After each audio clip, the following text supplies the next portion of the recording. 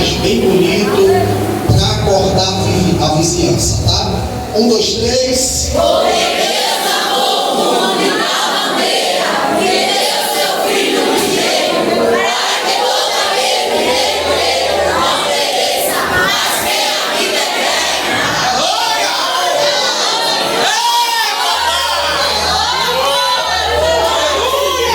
Coloque a sua Bíblia sobre a cadeira, fica de pé, coloque a sua Bíblia. Eu sei que crente pentecostal, quando recebe uma palavra de vitória, ele sela essa palavra com glória a Deus. Então você vai pegar na mão de alguém aí, vai olhar dentro da bodega dos olhos dessa pessoa e você vai dizer para ele: é hoje. Diga para ele: a porta vai se abrir.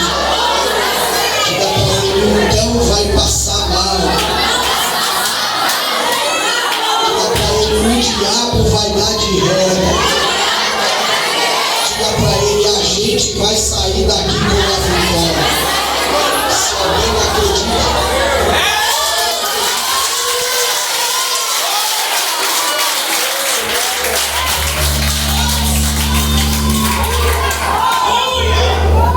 Sente a glória a Deus.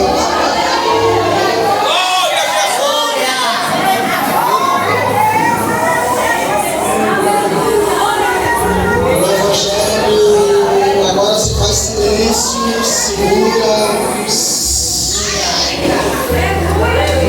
O Evangelho de Jesus, segundo escreveu João, capítulo 3, versículo 16. É um texto completamente cristocêntrico e não antropocêntrico. O Evangelho de Jesus, segundo escreveu João, capítulo 3, versículo 16, é um marco de toda a história bíblica. Haja vista que muita gente acha que o maior texto da Bíblia está escrito nos Salmos de Números 91, mas não é. Outros acham que o maior texto da Bíblia é o Evangelho de Jesus, segundo escreveu Mateus, capítulo 6, versículo 18, quando Jesus ensina o Pai Nosso que estás nos céus. Mas também não é. Não há, irmãos, um texto tão extraordinário, tão indizível, tão fenômeno, tão poderoso como esse texto que a gente acabou de ler.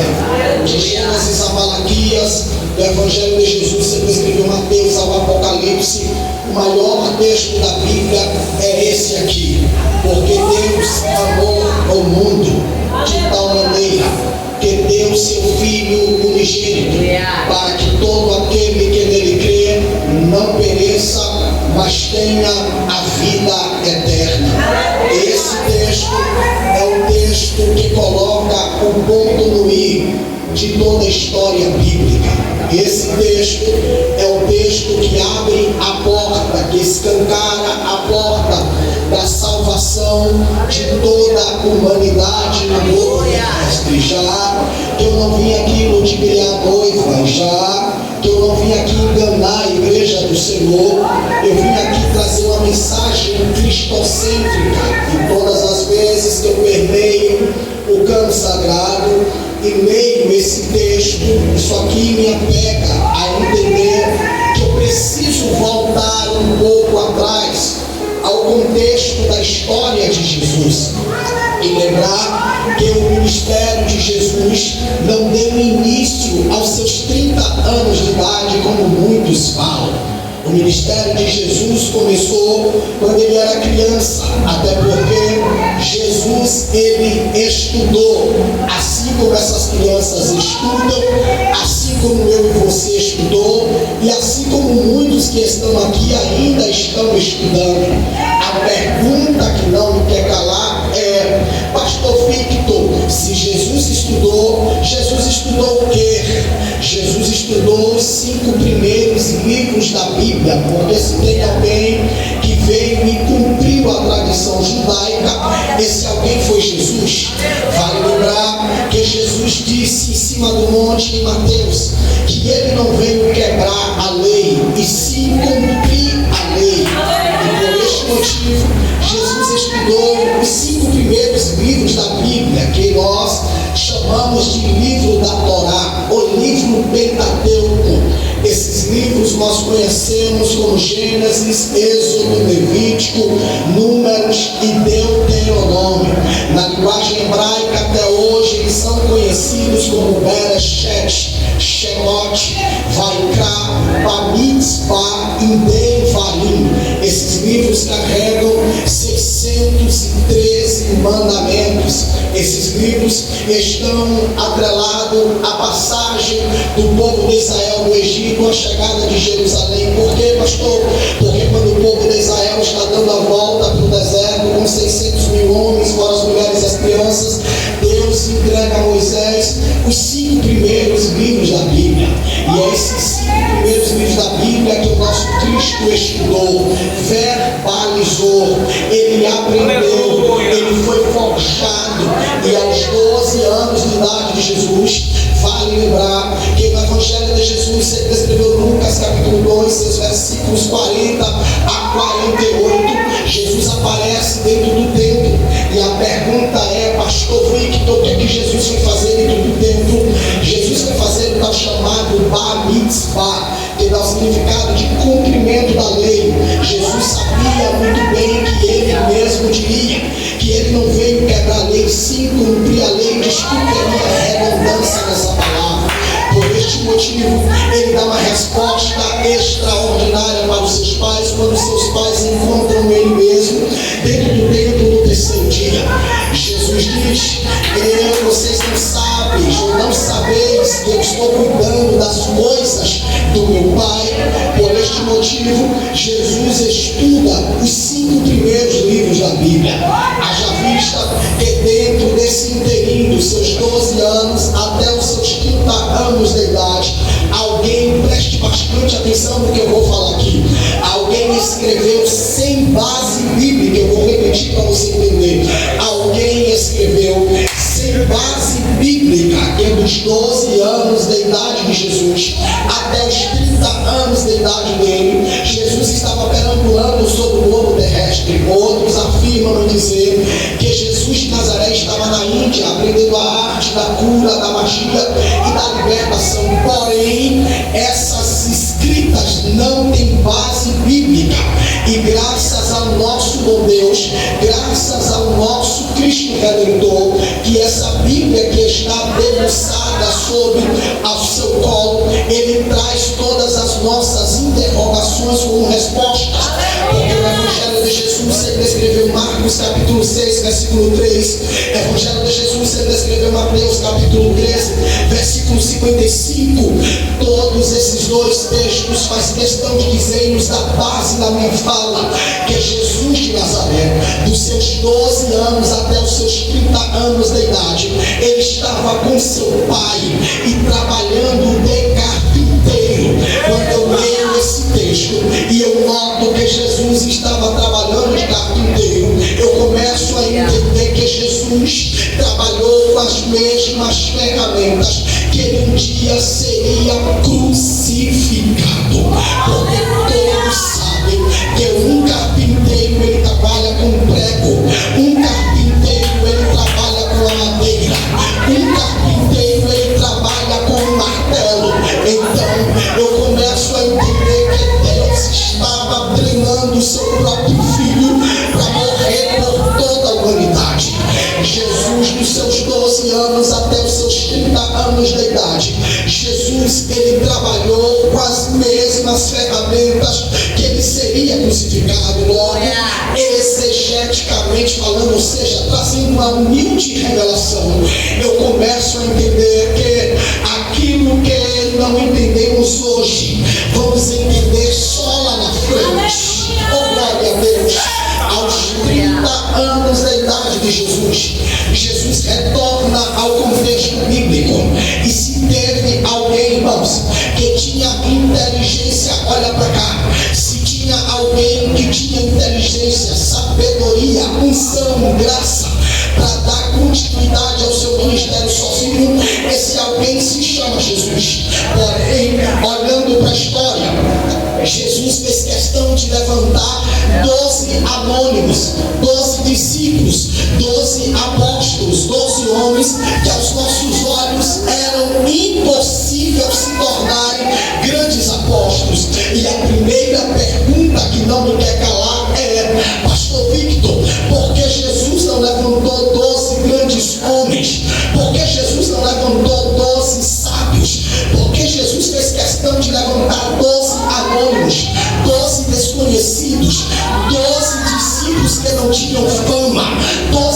discípulos que não tinham nome, usando a hipérbole, exagero da palavra. 12 discípulos que não saíam em cartazes. Por que Jesus levantou 12 anônimos? É que Jesus, ele sempre amou. Jesus, ele ama. E Jesus, ele sempre vai amar as coisas pequenas, porque ele sabe que são as coisas pequenas. Me dê um pouco de fundo musical, por favor, meu filho. São as coisas pequenas que sustentam as coisas grandes. As coisas pequenas sustentam as coisas grandes. Pasme, senhoras e senhores, porque olhando para a luz da história, eu começo a entender que Jesus de Nazaré, ele chama 12 discípulos, porém, olhando para os evangelhos de Jesus, sempre escreveu Mateus, Marcos, Lucas e João, eu noto que Jesus de Nazaré andou com 3 grupos. O primeiro grupo que andou com Jesus foram os 12 apóstolos. O segundo grupo que Jesus andou foi os 70. E o terceiro grupo que permeou com Jesus foi a multidão por onde Jesus passava. Uma multidão estava ladeando com Jesus. Por onde Jesus passava, a multidão de 70 estava com Jesus. Por onde Jesus passava, os 12 apóstolos de Jesus estavam com Jesus. Logo, eu começo a entender que estes grupos, os 30, os 12, os 70 e a multidão que andavam com Jesus, eles sempre escutaram 2 simples mensagens na bagagem de Jesus. Se teve alguém, irmãos, que nunca enganou a noiva, esse alguém foi Jesus. Se teve alguém que nunca deixou de pregar uma mensagem cristocêntrica e não antropocêntrica, esse alguém foi Jesus. Se teve alguém, irmãos, que trouxe 2 mensagens em sua bagagem, esse alguém foi Jesus Cristo de Nazaré. Se teve alguém que deixou de falar dele para falar do Pai, esse alguém foi de Jesus. Porque Jesus sabia que a glória do Pai ele não dividia com ninguém. Aí Paulo vem dando uma cacetada no diabo, porque dele, por ele, para ele são todas as coisas. A Cristo a honra, a Cristo a glória, a Cristo a força, a Cristo toda exaltação e todo poder. Oh, glória a Deus, aleluia. Olhando para a história de Jesus, eu começo a perceber que as 2 mensagens que Jesus carregava, e desculpa a minha simplicidade, mas se você não der glória no que eu vou falar aqui, tá ruim. Por quê, pastor?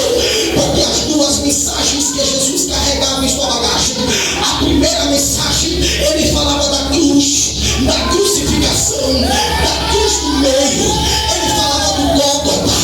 A segunda mensagem, ele falava do arrebatamento. Glória a Deus, aleluia. Ainda bem que os crentes pentecostais já começaram a acordar. Olhando para a luz da história, eu comecei a notar que Jesus falava da cruz. E já que eu vim falar da cruz, o Evangelho de Jesus, segundo escreveu Marcos, capítulo 8, versículo 31. O Evangelho de Jesus, segundo escreveu Marcos, capítulo 9, versículo 34. O Evangelho de Jesus, segundo escreveu Lucas, capítulo 24, versículo 27. O Evangelho de Jesus, segundo escreveu Mateus, capítulo 26, versículo 2. Todos esses textos, irmãos, Jesus olhava para a multidão, Jesus olhava para os 70, e Jesus olhava para os 12, e ele dizia: o dia da crucificação está se aproximando, mas a única segurança que eu dou à minha igreja é que no terceiro dia eu ressuscitarei. Só quem acredita que ele está vivo, levante a mão para cima, pega comigo, meu filho do fundo. Levante a mão para cima, por gentileza. Abra a boca, dê uma lembrada de novo. O Espírito de Deus, Jesus sempre acreditou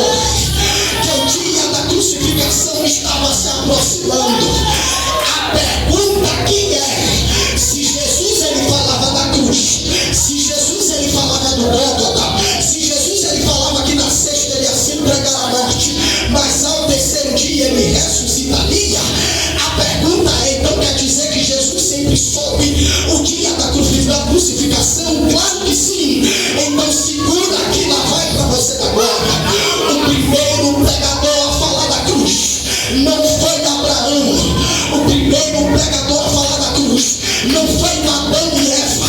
O primeiro pregador a falar da cruz também não foi Noé.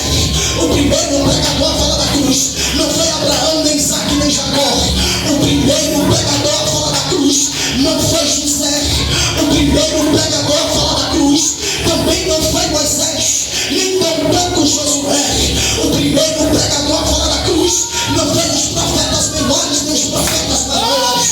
Pastor Victor, quem foi o primeiro pregador a falar da cruz foi o próprio Deus.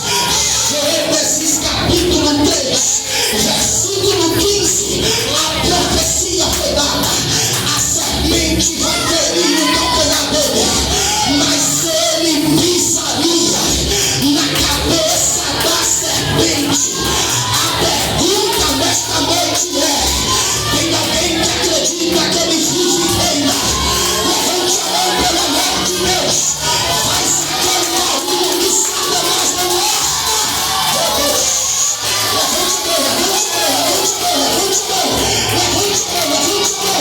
Eu vou lhe dar 10 segundos para você encher a casa de glória. Vai. É 10, é 9, é 8, é 7.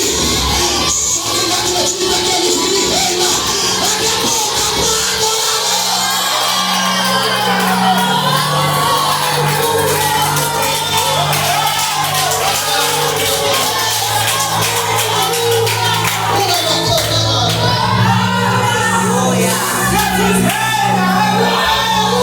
Jesus sempre soube o dia da crucificação. Há textos que me dão base na minha fala e há tanta veracidade que Atos capítulo 2, versículo 23. Aqui é para quem gosta de Bíblia. Apocalipse capítulo 13, versículo 8. 1 Pedro capítulo 1, versículo 18, 19 e 20. Todos esses textos faz questão de dizer que o dia da crucificação estava anotado pelo dedo de Deus antes que se formasse o mundo. Por este motivo, Jesus nunca ludibriou a noiva. Jesus sempre disse para a igreja do Senhor. Jesus sempre olhou para a multidão. Jesus sempre olhou para os 70. Jesus sempre olhou para os 12. E ele disse: o dia do Gólgota está se aproximando. Oh glória! Olhando para o Evangelho de Jesus, segundo escreveu João capítulo 3. É aqui que Jesus dá um cruzado na cabeça do diabo. É aqui, irmãos, que é o centro da Bíblia. Por quê, pastor? Jesus encontra um homem chamado Nicodemos. Nicodemos olha para Jesus e diz: mestre, rabi, como posso eu entrar no reino dos céus? Jesus olha para Nicodemos, fita os olhos dele e diz: você precisa nascer de novo. Nicodemos olha para Jesus e diz, ou melhor, a Bíblia diz que Nicodemos olha para Jesus e diz: como posso eu nascer de novo já sendo velho? Então quer dizer que eu vou voltar para o ventre materno da minha mãe uma vez mais? A Bíblia diz no capítulo 3, versículo 5, que Jesus diz para Nicodemos: você precisa nascer da água e do Espírito. Aqui, irmãos, vai duas correntes. A primeira corrente é: Jesus está dizendo para Nicodemos: você precisa aceitar a Jesus como o único e suficiente Salvador. A segunda corrente, Jesus está dizendo para Nicodemos: Nicodemos, você precisa descer as águas batismais, morrer para o mundo e nascer para Cristo. Só que segura para você dar um pulo dessa cadeira. No pós-texto, no Evangelho de Jesus, segundo escreveu João, capítulo 3, versículo 14, Jesus pisa na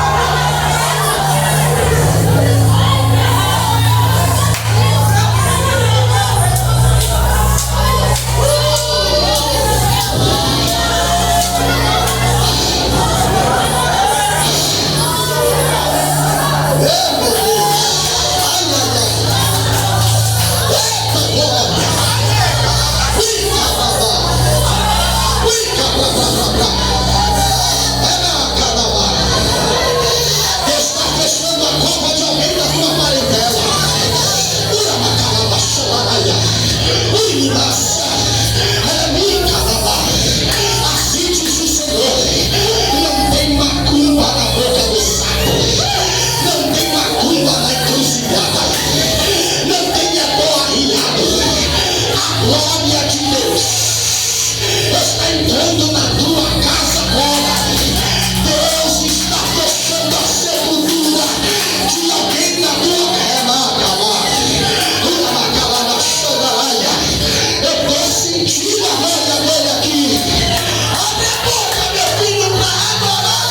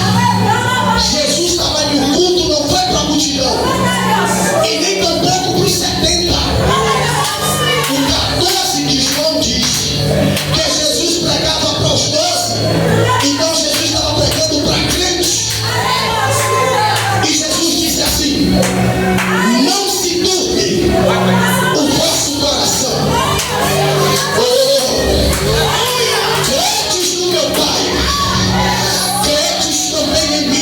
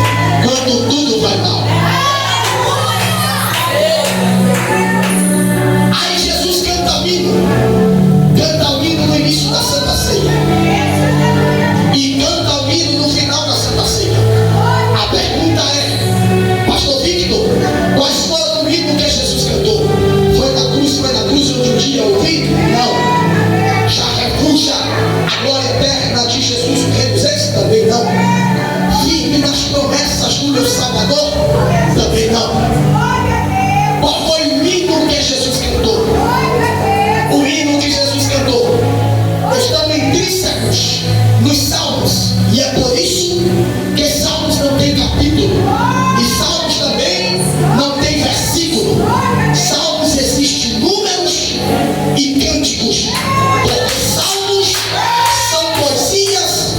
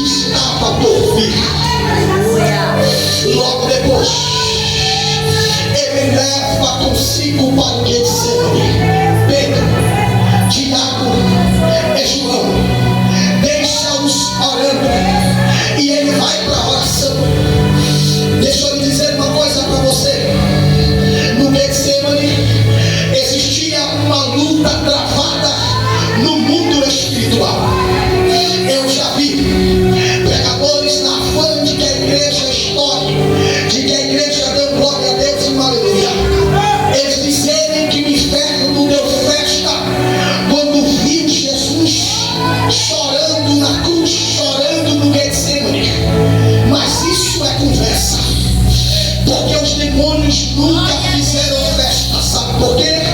Porque tudo que Satanás menos queria era ver Jesus na cruz. Pergunta por quê?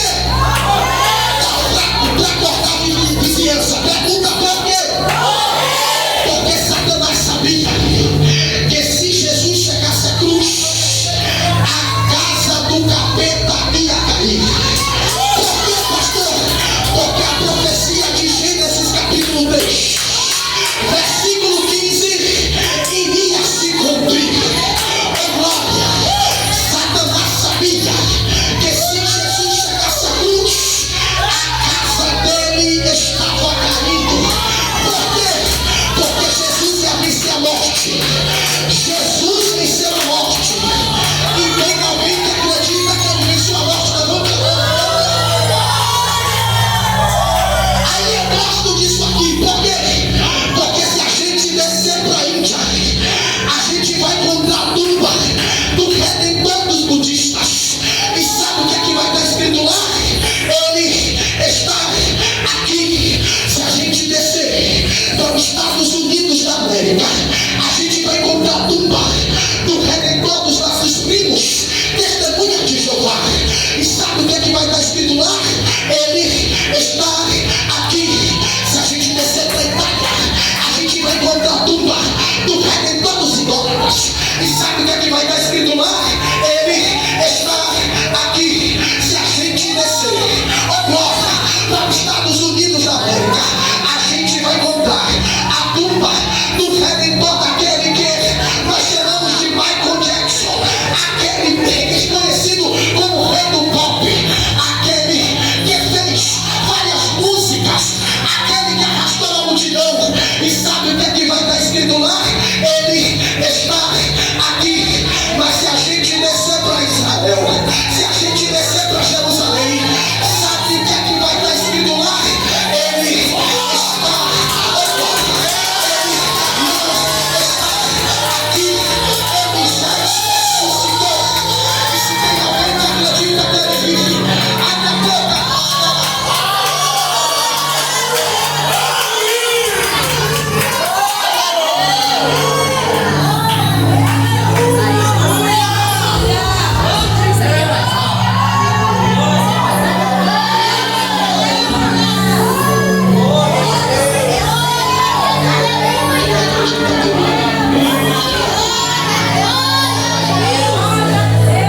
Essa noite da raiva do diabo. Quer ver eu te provar? Quer ver eu te provar? Quem quer que eu prove, levante.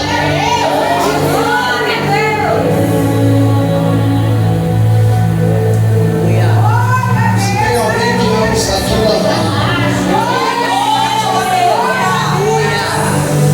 Jesus retorna na oração.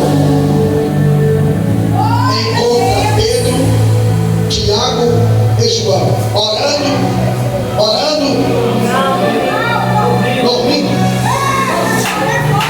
Já viu aquele dia que você assiste TikTok? Não tenho nada contra o Instagram, Facebook, YouTube, Netflix. O Satanás do Big Brother, que ali é Satanás.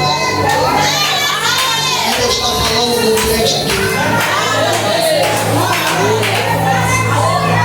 O Satanás da fazenda. E você não sente sono. Aí quando você vem para a palavra, o sono vem. Quando você vai para a oração, o sono também vem. Por quê, pastor? Porque você está saindo do mundo material e entrando no mundo espiritual. E tudo que Satanás não quer é ver você de joelho. O que é que tem a ver com Pedro, Tiago e João? Demônios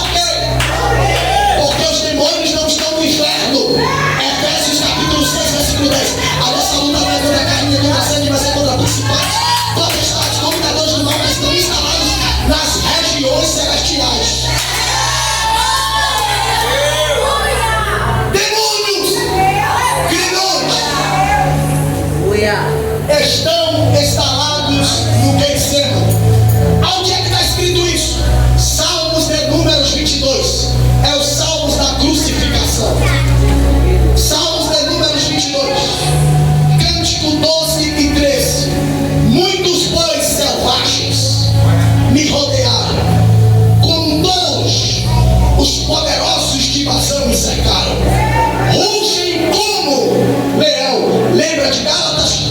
Os demônios estão ao nosso derredor como um leão. Rugem como leão, ferozes. Demônios, principados, estão instalados no Getsemane. Há tanta veracidade na minha fala que Jesus chega e diz: Pedro, Tiago, João, vigiai e orai, para que não entre. Jesus sabia, os demônios estavam ali. Só que para a vergonha do diabo, Judas chegou, a promessa se cumpriu e Judas beija. Por que beijou Jesus? Porque Judas sabia que todos os discípulos pareciam com Jesus. Por que pareciam? Lembre-se de Pedro. As 3 vezes que Pedro nega Jesus, eles olham para Pedro e dizem: fala como ele, anda igual a ele e se veste como ele. Por esse motivo, Judas beija Jesus. E quando Judas beija Jesus, Judas está dizendo: aqui está o rei certo, aqui está o Cordeiro de Deus, aqui está aquele que nós chamamos de Elohim, Alisson, Het Hadat, Haaret, Cordeiro que tira o pecado do mundo. Aqui está aquele que nós chamamos de maravilhoso, Conselheiro, Deus forte, Pai da eternidade e Príncipe da paz. Aqui está o Cordeiro de Deus, que nós chamamos de Kadosh, Kadosh, Kadosh, Etzakakor, Melokot Hanaatis de Rodó. Santo, Santo, Santo, Santo, Santo, é o Cordeiro de Deus. Toda a terra está cheia da glória dele. Aqui está o Cordeiro de Deus. Quem é Apocalipse, seus cabelos é mais branco que a neve, seus olhos é como chama de fogo, sua espada, em sua boca é uma espada afiada, em seu peito a coração da justiça, segura para você da boca, em sua coxa está escrito: Rei dos reis, Rei dos reis, Senhor dos senhores. Seus pés é como ladrão no rei. A pergunta nesta noite é: quem vai adorar ele? Quem vai adorar ele? Quem vai adorar ele? Quem vai adorar ele? Quem vai adorar ele? Desculpa a minha simplicidade, mas se ele está vivo, ele vive na sua casa, ele vive na tua vida, ele vive na tua família, ele vive na tua história, ele vive no teu ministério. Só quem não acredita está salto nessa cadeira, vai ficando de pé.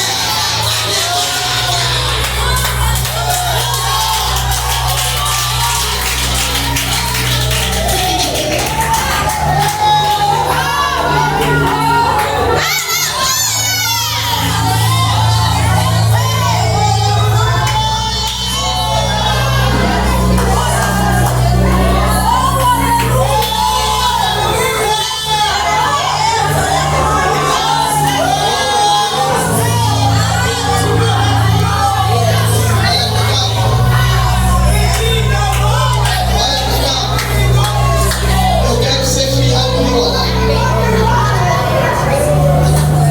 porque não é muito falar. Agora, pra cá, acreditem no que eu vou falar.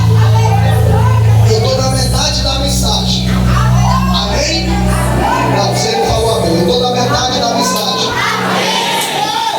Então eu vou forçar aqui a minha volta. Porque quando eu voltar, a gente pega do Getsemane até a morte e ressurreição dele.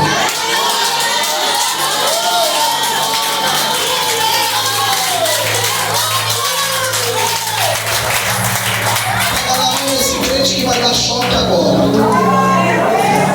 Pentecostal vai pegar fogo. Deixa eu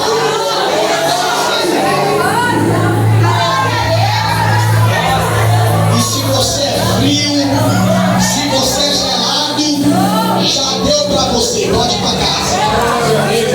Porque o culto agora é pra quem gosta do fogo. O culto agora é pra quem é pentecostal. E desculpa a minha simplicidade, mas eu fico revoltado quando eu vejo um crente em um culto como esse, de braço cruzado, com a boca calada. Parecido, pastor Jonathan, que tem uma família na boca do cidadão da cidade. E sabe o que mais me deixa revoltado? É que no mundo ele pulava, no mundo ele gritava, no mundo ele corria.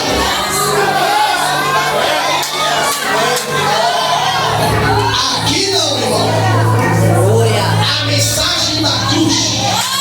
Escuta. 1 Coríntios capítulo 1, versículo 17. A mensagem da cruz é loucura para quem está lá fora, mas quem está aqui dentro é poder de Deus. Então aqui a gente pula, aqui a gente roda, aqui a gente dá salto mortal, aqui a gente faz mistério, aqui a gente corta laço, aqui a gente corta macumba, aqui a gente corta o espírito da morte. Pastor, se começar a emoção, termina no espírito. Então pega na mão desse crente.